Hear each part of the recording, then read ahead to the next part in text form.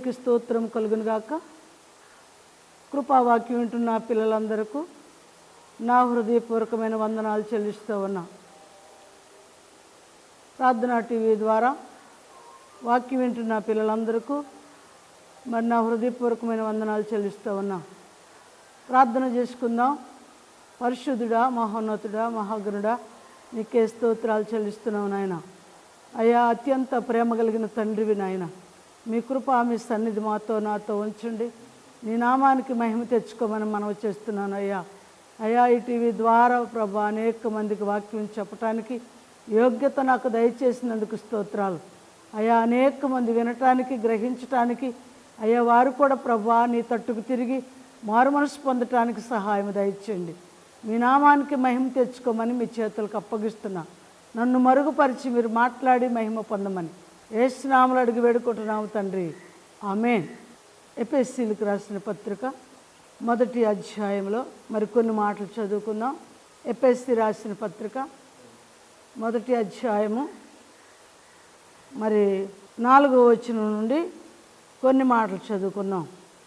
ఎట్లనగా, తన ప్రియుని యందు తాను ఉచితముగా మనకు అనుగ్రహించిన తన కృపా మహిమకు కీర్తి కలుగునట్లు తన చిత్త ప్రకారమైన దయా సంకల్పము చొప్పున యేసుక్రీస్తు ద్వారా తనకు కుమారులనుగా స్వీకరించుటకై మనలను ముందుగా తన కోసము నిర్ణయించుకొని మనము తన ఎదుట పరిశుద్ధులమును నిర్దోషములనై ఉండవలనని జగత్తు పునాది వేయబడక మునిపే ప్రేమ చేత ఆయన క్రీస్తులో మనల్ని ఏర్పరచుకొనెను. దేవునికి స్తోత్రం. మరి దేవుడు మనకు చెప్తున్నాడు కదా, ఆయన కృపా మహదైశ్వర్యము చేత మనందరినీ ఆయన ప్రేమతో ఆహ్వానించి ఆయన కుమారులుగా, ఆయన రాజ్యానికి వారసులుగా ఉండాలని ఏర్పాటు చేసుకున్నానని ఆయన వాక్యం సెలవిస్తూ ఉంది. మరి మనం అనుకుంటున్నాం, మేము మా ప్రార్థన బట్టి, మా భక్తిని బట్టి, మా శక్తిని బట్టి మేము దేవుని పిల్లలుగా ఉన్నాం అనుకుంటున్నాం. ఆయన అంటున్నాడు కదా, మనకంటే ముందు మరొకసారి అన్నాడు, మనము ప్రేమించితివని కాదు కానీ మనలను దేవుడే ప్రేమించాడని వాక్యం సెలవిస్తూ ఉంది. ఇక్కడ కూడా ఏమంటున్నాడంటే, మరి ఆయన కృప సంకల్పమును బట్టి మనందరినీ భూలోకములో ఆయన పిల్లలు ఎవరైతే ఉన్నారో, ఆయన ప్రజలు ఎవరైతే ఉన్నారో, ఆయన సంకల్పములో ఎవరైతే ఉన్నారో వారందరినీ దేవుని ఏర్పాటు చొప్పునే, దేవుని కృప చొప్పునే మనందరినీ మలుచుకుంటున్నాడు, మలుస్తూ ఉన్నాడు, మలుచుకుంటున్నాడు. వాక్యం సెలవిస్తుంది ఇట్లా. మరి నిజంగా ఆయన ఏర్పాటే లేకపోతే మనందరము వట్టివారం, అల్పులము, నిలబడలేని వారం, లోకములో పాపములో శాపములో మగ్గిపోవలసిన ప్రజలలో నుండి మనలను ఎన్నిక చేసుకున్నాడు దేవుడు. అందుకనే ఉచితమైన కృప చేత ఆయన ప్రేమించాడని మనం నమ్మాలి. ఎవరైతే నమ్ముతారో నమ్ము వారికి సమస్తము సాధ్యము అని ఉంది బైబిల్లో. ఈ బైబిల్ నేను నమ్మాలి, ఈ లేఖనాలు నమ్మాలి. దేవుని యొక్క పరిశుద్ధులు సంఘము మరి పరిశుద్ధాత్మ చేత, దైవ భక్తుల చేత మన కొరకే ఈ లేఖనాలు వ్రాసి ఉంచారు. దేవునికి స్తోత్రం.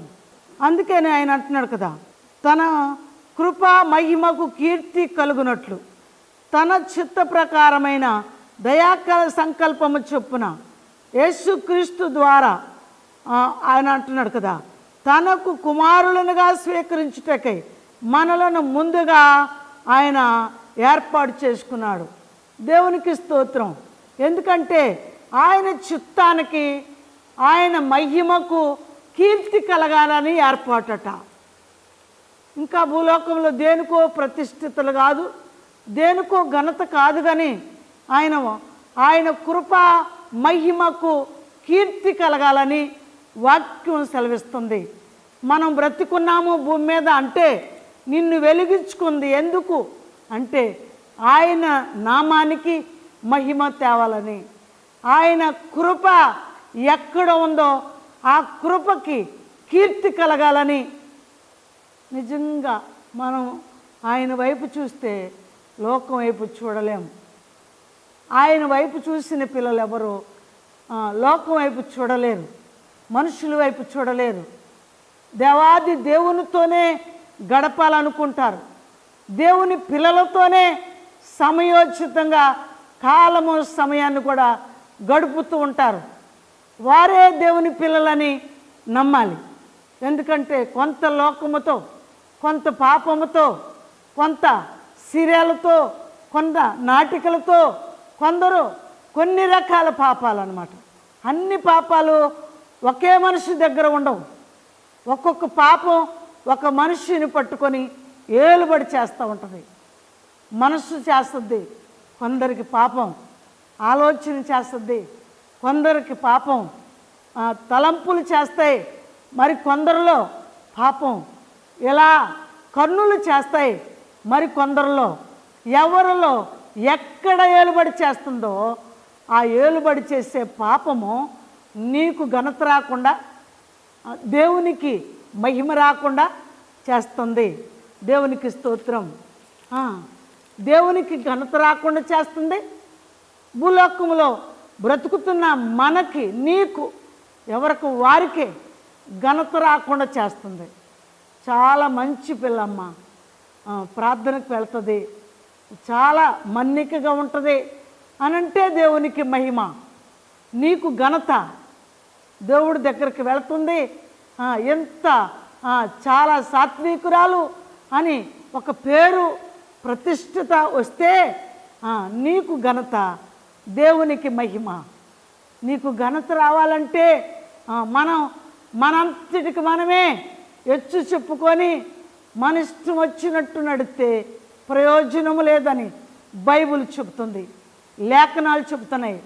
అత్యంత కృప కలిగిన దేవుడు ఈరోజు మనతో మాట్లాడుతున్నాడు. అందుకని దయా సంకల్పము చొప్పున యేసుక్రీస్తు ద్వారా తనకు కుమారులనుగా స్వీకరించుటకై మనలను ముందుగా తన కోసము నిర్ణయించుకొనెను.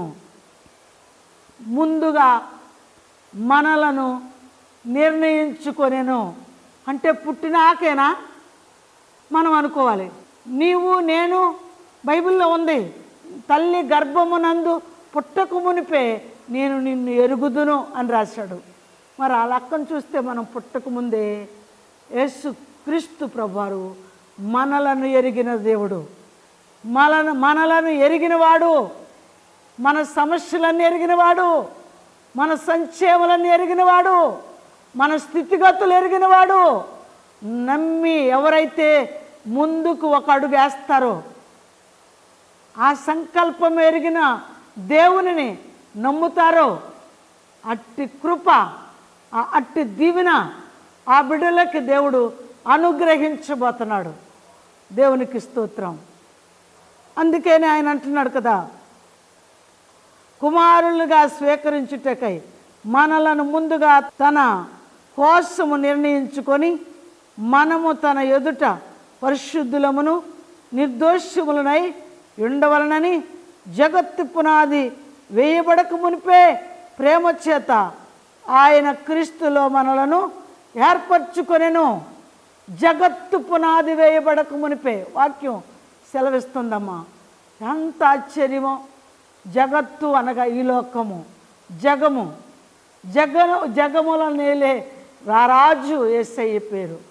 అయితే ఈ జగములన్నిటికీ, ఈ జనములందరికీ రారాజుగా రాబోతున్న యేసయ్య మన దేవుడు.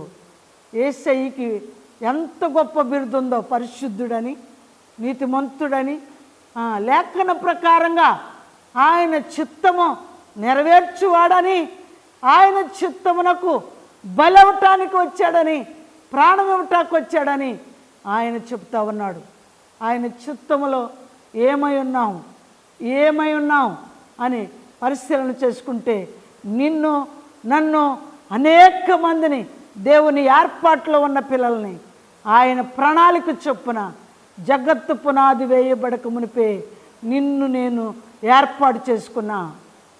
ఎందుకు ఏర్పాటు చేసుకున్నాడు అంటే ఆయన జగత్తు పునాది వేయబడక మునిపే ఆయన రాజ్యానికి కుమారులుగా తీర్చబోతున్నాడు. కుమారులుగా తీర్చబోతున్నాడు.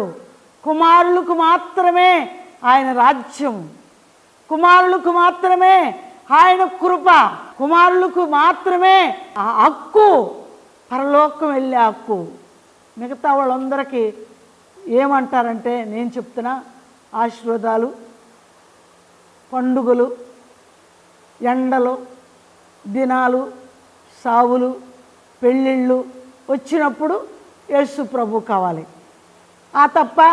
ఆ తర్వాత వారు దేవునితో నడవరు, వారు దేవునితో కలిసి ఉండలేరు, వారు దేవుని యొక్క ప్రేమను ఆశ్రయించరు.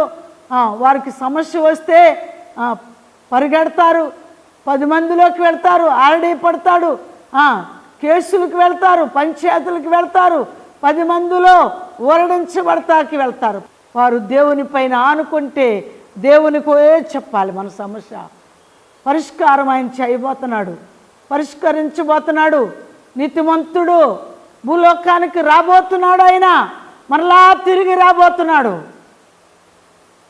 అయితే కొన్ని విషయాల్లో చెప్పాడు, నేను మరలా వచ్చే వరకు మీలో కొందరు మరణము రుచి చూడరు అని ఉంది. అంటే మీరేమనుకుంటారు నాకు తెలియదు. మరణము నేను వచ్చే వరకు మరణము రుచి చూడరని ఉంది కదా.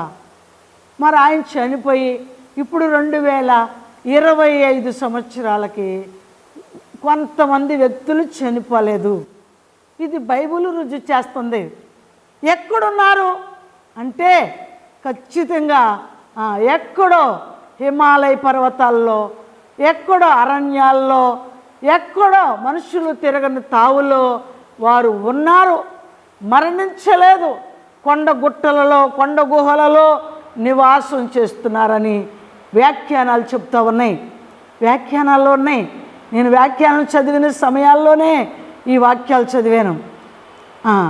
కేవలం మీరు నీ చిత్తములో ప్రభువా ఆ వ్యక్తులు ఎలా ఉన్నారు అంటే ఆ వ్యక్తుల్ని గూర్చి మనం కొంతమంది భక్తుల్ని మనం చూడగలం. ఆ కొంతమంది భక్తులు దేవునికి ఇష్టలుగా ఉన్నవారు మరి హిమాలయాల్లో ఉన్నట్టు, పర్వతాల్లో, గుట్టల్లో, గుహల్లో ఉన్నట్టు మరి నేను చూస్తున్నా. అనేక మంది మాటలు వింటున్నాం. కాబట్టి మరి మనము కూడా ఆయన ఏర్పాటులో ఉన్న పిల్లలు ఇంకా భూమి మీద ఉన్నారట. కొన్ని వేల సంవత్సరాలైనా ఆయన చిత్తములో ఉన్నారట. ఆయన మాట అంగీకరించి ఎక్కడో ఉండి విజ్ఞాపనలు చేస్తున్నారు. పరలోకము కొరకు, భూలోకము కొరకు, దేవదూతల కొరకు, దేవుని కొరకు, దేవుని చిత్తము కొరకు ఖచ్చితంగా ఆయన విజ్ఞాపనలు చేస్తున్నారని బైబిల్ చెప్తూ ఉంది. దేవునికి స్తోత్రం.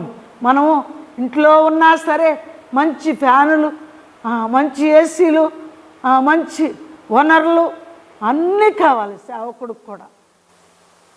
సేవకుడైతే సీఎం కన్నా అధికంగా ఉండాలనుకుంటున్నాడు. నేను అనుకుంటున్నా సీఎం కాదు, మంచిగా మన సోదరులతో కూడా ఉంటే చాలు. సోదరులతో ప్రేమతో కలిగి భూమి మీద ఉన్నంతకాలం ఆయన ప్రేమను చూపి ఆయన రాజ్యము కొరకు కనిపెట్టుకొని మన సోదరులుగా భావించుకొని సంఘాన్ని ప్రేమ చూపుతూ ఆయనతో సమయాన్ని గడుపుకుంటూ ఆయన రాజ్యం వెతుకుతూ ముందుకు సాగిపోతే చాలు అనుకుంటున్నది నా ప్రాణం. ఎప్పుడు ప్రభా నీ రాకడెప్పుడయ్యా, నీ చిత్తము కొరకు నేను ఎప్పుడు స్పందించాలి, ఎప్పుడు ఎదురు చూడాలి అని ఆశతో తపనతో ఉన్నాను.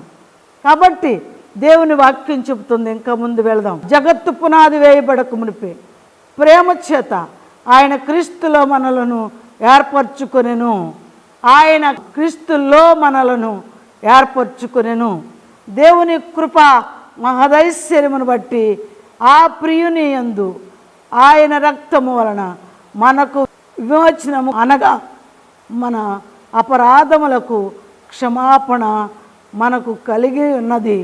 కాలము సంపూర్ణమైనప్పుడు జరగవలసిన ఏర్పాటును బట్టి ఆయన తన దయా సంకల్పమును తన చిత్తమును గూర్చిన మర్మమును మనకు తెలియజేసి మనకు సంపూర్ణమైన జ్ఞాన వివేచన కలుగుటకు ఆ కృపను మన ఎడల విస్తరింపజేసెను. దేవునికి స్తోత్రం. కాలము సమయము గడిచే కొలది ఆయన అంటున్నాడు, ఒకవేళ ఇప్పుడు తెలవదేమో, నీ వయసుకు తెలవదేమో, నీవు ఎదిగిన విధానంలో తెలవదేమో, నీకు దైవజనులు సంపూర్ణంగా వాక్యం వినిపించలేని స్థితిలో ఉన్నప్పుడు ఎదుగుతున్నావేమో, ఇంకా నీ మైండ్ నీ హృదయం దేవునిలో ఎదగలేదేమో, బైబిలు హృదయం అంటగట్టబడలేదేమో, వాక్యము దాచబడలేదేమో, ఒకవేళ నీకు అర్థం కాలేదేమో అని చెప్తున్నాడు. అందుకని దయా సంకల్పమును బట్టి ఏర్పాటును బట్టి ఆయన ఉచితమైన కృప చేత మనల్ని ఎత్తి పట్టుకుంటానికి ఘనపరచటానికి ఇష్టపడుతున్నాడు. దేవునికి స్తోత్రం. హల్లెలూయా. అందుకని మరి మనం ఇంకా ఆయన మాట చొప్పున నడవని పిల్లలు ఎంతమంది ఉన్నారో, గుడికి వస్తున్నారు, వెళుతున్నారు, ఆరాధనకు వెళుతున్నారు, మరలా ఇంటికి వెళ్ళిపోతున్నారు, వాక్యం వింటున్నాం అనుకుంటున్నారు, అంతటితో మరలా ఇంటికి వెళ్ళిపోతున్నారు. కానీ వాక్యం విని నీ హృదయంలో నాటబడితే అది నువ్వు ఫలించే ద్రాక్షవళిగా ఉంటావని నమ్ముతున్నా నేను. వాక్యం వింటే వాక్యానుసారంగా నువ్వు ఎలా ఉండాలట, ఒక 2 అంతస్తుల బిల్డింగ్ మీద ఉండాలట, అలాగే చెప్పలేదు దేవుని వాక్యం. అలాగని ఒక 10 ఎకరాల పొలం కొని పొలంలో ఉండాలట, అలా చెప్పలేదు. నీ ఆత్మీయ స్థితి ఫలభరితంగా ఉండాలని, నీ ఆత్మీయ స్థితి దేవునికి మహిమ తెచ్చేలాగా ఉండాలని, నీ యొక్క పేరు తలవగానే ఆయన మహిమను గుర్తించాలని దేవుడు ఎదురు చూస్తున్నాడు. దేవునికి స్తోత్రం. ఎంతమందికి ఈ వాక్యం అర్థమవుతుందో నాకు తెలియదు. ఎంతమంది హృదయంలో దేవుని యొక్క ఏర్పాటు చిత్తము ఉందో వారు మాత్రమే దేవుని రాకడను ఎదుర్కోగలరు, దేవుని చిత్తము ఎదుర్కోగలరు. వారు మాత్రమే ఆ శ్రమలు వచ్చిన, ఇరుకులు వచ్చిన, ఇబ్బందులు వచ్చిన, కుటుంబంలో సమస్యలు ఉన్న ఎదుర్కోగలరు. దేవునికి స్తోత్రం. అందుకని ఆయన అంటున్నాడు, ఇంకా ముందుకు వెళదాం. ఆయన రక్తము వలన మనకు విమోచనము, అనగా మన అపరాధములకు క్షమాపణ మనకు కలిగి ఉన్నది. కాలము సంపూర్ణమైనప్పుడు జరగవలసిన ఏర్పాటును బట్టి ఆయన తన దయా సంకల్పము తన చిత్తమును గురించి మర్మమును మనకు తెలియజేసి మనకు సంపూర్ణమైన జ్ఞాన వివేకము కలిగించును. భక్తి అనేది ఒక్కసారే మనలో పుట్టేది కాదు. భక్తి అనేది, ప్రార్థన అనేది ఒక్కసారే ఎదిగేది కాదు. నేను చెప్పాను, అప్పుడప్పుడు చెప్తూ ఉంటాను. ఎందుకంటే వాక్యంలో ఉంది కదా, స్కూల్కు వెళ్ళే పిల్లలు చిన్న పిల్లలుగా స్కూల్లో జాయిన్ అవ్వాలి. ఆ స్కూల్లో పిల్లలు మరొక తరగతిలో నుంచి ఎదిగి హై స్కూల్కి వెళ్ళాలి. హై స్కూల్కి వెళ్తే అక్కడ కొన్ని సంవత్సరాలు అందులో చదవాలి. అందులో ఒక మెట్టు మరొక తరగతి ఎలా ఎదగాలో బైబిల్ మనకు నేర్పుతూ ఉంది. దేవునికి స్తోత్రం. అందుకని హై స్కూల్ దాటితే అప్పుడు కాలేజీ అనుభవం, కాలేజీ లెసను ఏం చెప్తారో ఆ అనుభూతిలో సారలతో ఎలా మాట్లాడాలో, కాలేజీలో ఎలా అనుభవించాలో ఆ రేంజి అప్పుడు అర్థమవుతుంది. అలాగే మరి నేను కూడా మీకు వాక్యం అర్థమవటానికి ఆ స్థితిని చెప్పాను. బైబిల్లో దేవుడట పిల్లలకు ఉపాధ్యాయుడిగా ఉంటాడట, పెద్దవారికి పూజ్యుడిగా ఉంటాడట. నేను ఎన్నోసార్లు మరి దేవుని పిల్లలకి వ్యక్తం చేస్తున్నా, దేవుడు నీకు పూజ్యుడిగా ఉన్నాడా? ఈరోజు నీకు దేవుడిలాగా ఉన్నాడా, లేకపోతే మాస్టర్ లాగా ఉన్నాడా? మాస్టారు పాఠాలు చెప్తాడు, అంతవరకే. దేవుడులాగా కనపడడు. దేవుడు దేవుడే, కానీ చిన్న పిల్లలకి పాఠశాలలో ఉపాధ్యాయుడిగా ఉంటాడు. పాఠాలు నేర్పటానికి, భక్తి నేర్పటానికి, నిలబడటానికి, కూర్చుండటానికి, నువ్వు ఏ విధంగా ప్రార్థన చేయాలో నేర్పటానికి స్కూల్. అలాగా స్కూల్లోనే ఉంటే మరి హై స్కూల్కి ఎప్పుడు వెళ్తావు? హై స్కూలు లెసను ఎప్పుడు నేర్చుకుంటావు? హై స్కూల్లో చదువు ఏ విధంగా ఖచ్చితంగా ఆ టెస్టులు, ఆ పరీక్షలు, ఆ క్వశ్చన్లు, ఆ ఆన్సర్లు ఎలా చెప్పగలుగుతావు? కాబట్టి ఆత్మీయ స్థితి కూడా నీ వయస్సు పెరిగే కొలదుగా నీ ఆత్మీయ స్థితి కూడా ఎదగాలని మనవి చేస్తా ఉన్నా. దేవునికి స్తోత్రం. అందుకని ఆయన అంటున్నాడు కదా, బాల్య స్థితి నుండి యవన స్థితిలోకి రావాలి, యవన స్థితి నుండి నడిప్రాయంలోకి రావాలి, నడిప్రాయం నుండి ముసలితనంలోకి రావాలి. కాబట్టి ఈ 4 అంశాల్లో మనము ఆత్మీయ స్థితిని పరిపూర్ణులుగా మార్చబడాలి.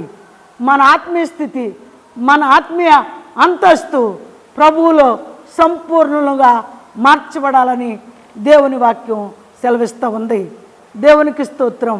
అందుకని ఆయన అంటున్నాడు కదా, కానీ సమస్తమును క్రీస్తునందు ఏకముగా సమకూర్చవలనని తనలో తాను నిర్ణయించుకొనెను. మరియు క్రీస్తునందు ముందుగా నిరీక్షించిన మనము తన మహిమకు కీర్తి కలుగజేయవలనని దేవుడు తన చిత్త ప్రకారమైన సంకల్పమును బట్టి మనలను ముందుగా నిర్ణయించి ఆయన యందు స్వాస్యముగా ఏర్పరచెను. ఆయన చిత్తానుసారముగా చేసిన నిర్ణయము చొప్పున సమస్త కార్యములను జరిగించుచున్నాడు. దేవునికి స్తోత్రం. హల్లెలూయా. అందుకే ఆయన అంటున్నాడు కదా, తన చిత్తం. ఈ అధ్యాయంలోనే ఎన్నిసార్లు, కోకొలల సార్లు నీ ఇష్టం కాదు, నీ చిత్తం లేదు, అసలు తన చిత్తం, తండ్రి చిత్తం, ప్రతి ఒక్కటి ఆయన చిత్తం అని రాశాడు. ఆయన సంకల్పము చొప్పున జరిగిస్తూ ఉన్నాడు. శాంతియుతంగా నడిపించాలనుకుంటున్నాడు. నీవు ఎన్ని గంతులు వేస్తున్నావో, కోతి గంతులు, అపవాది క్రియలు, అపవాది తంత్రములు మనలో ఉండి దేవునికి దూరం చేస్తున్నాయి. దేవుని యొక్క ఆత్మీయతలో ఎదగనివ్వట్లా, ఆయన సంకల్పం నెరవేర్చనివ్వట్లా, ఆయన సంకల్పం ముద్ర వేయనిట్లా. మన భక్తి, మన శక్తి దేవుని మహిమ తేకుండా చేస్తున్నాయి.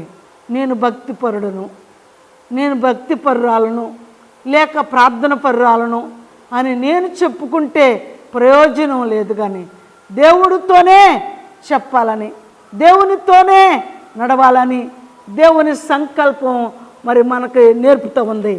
దేవునికి స్తోత్రం. 13వ వచనం, మీరును సత్యవాక్యమును అనగా మీ రక్షణ సువార్తను విని క్రీస్తునందు విశ్వాసం ఉంచి వాగ్దానము చేయబడిన ఆత్మచేత ముద్రింపబడితిరి. దేవునికి స్తోత్రం. ఎలా ముద్రించబడాలట? వాగ్దానాలు ఉండాలి. బళ్ళోకి వెళ్తేనే కాదు, గుడికి వెళ్తేనే కాదు, ఆదివారాలు వస్తేనే కాదు. ఆయన అంటున్నాడు కదా, ఆయన కృప, మహిమ, ఆయన సంకల్పము చొప్పున మనలను ఏర్పాటు చేసుకొని ఇక్కడ అంటున్నాడు కదా, మీ రక్షణ సువార్తను విని క్రీస్తునందు విశ్వాసముంచి వాగ్దానము చేయబడిన ఆత్మచేత ముద్రింపబడిరి. వాగ్దానము చేయాలి. ఎవరు చేయాలి వాగ్దానం? నువ్వే చేయాలా? ముద్రించబడాలంటే దేవుడే నీతో వాగ్దానం చేయాలి. దేవుడే నీకు మాట ఇవ్వాలి. ఆ ముద్ర ఎన్నడో గవర్నమెంట్ ముద్ర ఎలా ఉంటుందో స్టాంపుతో, అలాంటి ముద్ర కన్నా ఇంకా బలమైంది. నువ్వు చనిపోయే వరకు ఎన్నేళ్ళు భూలోకములో ఉన్నా ఆ ముద్ర చెడిపోయేది కాదు.